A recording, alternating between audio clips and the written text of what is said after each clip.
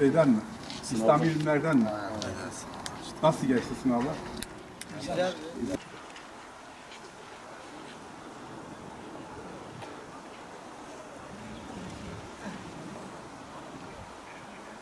Hep beraber olacağız.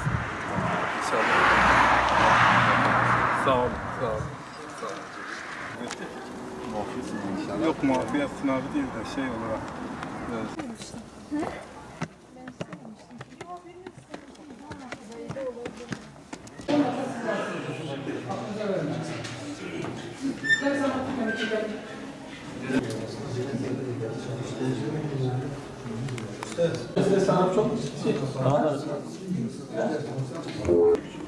أنا كريم أريد أن أحدثكم اليوم عن شخصين أحبهما كثيرا غني مجعد وعيناها أصليتان 60 كيلوغرام. جيد محمود. معنى كريم Güzel. yok جميل güzel كريم Cömert. أحسن خمسة Bismillahirrahmanirrahim. Elif lam mim zalikel kitabu la reybe fih huden lil muttaqin ve yuqimûnes salate ve mimma rezaknahum yunfikûn ve bil ahireti hum yuqinûn. ما هو ضد كلمة طويلة Eğitim hayatım ilk yıllar itibariyle okula yazıldığımız zamanda köy ilkokulunda başladık. Köy ilkokulundan sonra Nizip Ali Alkan Ortaokulu'na gittik. Ali Alkan Ortaokulu'ndan da Adana Tarım Meslek Lisesi'ne gittik. Oradan sonra okuduk ve Tarım Bakanlığı'nda görev aldık. Emekli olduktan sonra yeniden çalışmaya başladık. Orada burada çalıştık ama bizi tatmin edici bir çalışma değildi.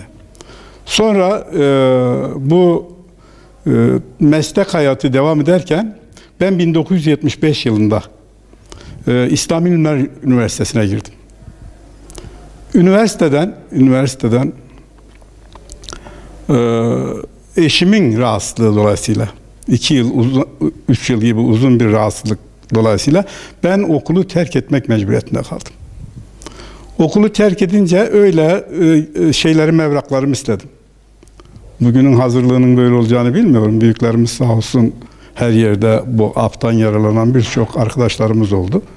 Bu afla beraber ben tekrar İslam İlimler Fakültesi'ne dönmek için müracaat ettim.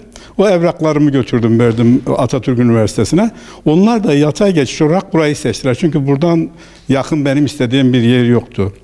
Ben de teşekkür ederek ayrıldım. Buraya geldim, kaydımı yaptırdım. Ve şimdi sorumluluğum yok. Ama derslere devam eden bir talebe hüviyetindeyim. Maksat kulak dolgunluğum veya diğer organların çalışması, dilin mesela kıyam, kıraat gibi olayları daha böyle sakin kafayla dinleyip anlamak üzere her gün gelip gidiyorum. Biz İslam ilimler şunun için, yani bir amaç benim küçüklüğümden belli böyle bir yerlerde okuyup ve böyle bir yerde kalmayı hep kendi kendime diyordum. Yani Allah'ın bize bir lütfu tekrar bu. Niçin İslam İlimler Fakültesi'ne derseniz, bunun çok derin. Ben çok seviyorum, halen de çok seviyorum fakültemi. Ama mezun olurum, olmam, başarılı olurum, olamam, onu Allah bilir. O takdiri şayan Allah'ın, yani bizim şeyimiz değil. Ama elimden gelirse gece de çalışmak üzere dahil, ben bütün arkadaşlarımıza, bütün bizden sonraki gelen bütün nesile öneririm. Çalışmak hiçbir şeyi yormaz. İnsanı yormaz. Yeter ki zihnen kalabalık olmayasın. Benim bu sene torunum Bahçeşehir nedir bu binayı yapan? Mimarlık. mimarlık fakültesine girdi. Birisi de genetikten mezun oldu. Yani ikisi de kız. Onun için şimdi diyorlar ki dede ya sen bizim yanımıza gel ya biz senin yanına gelelim ki şu seni kurtarak.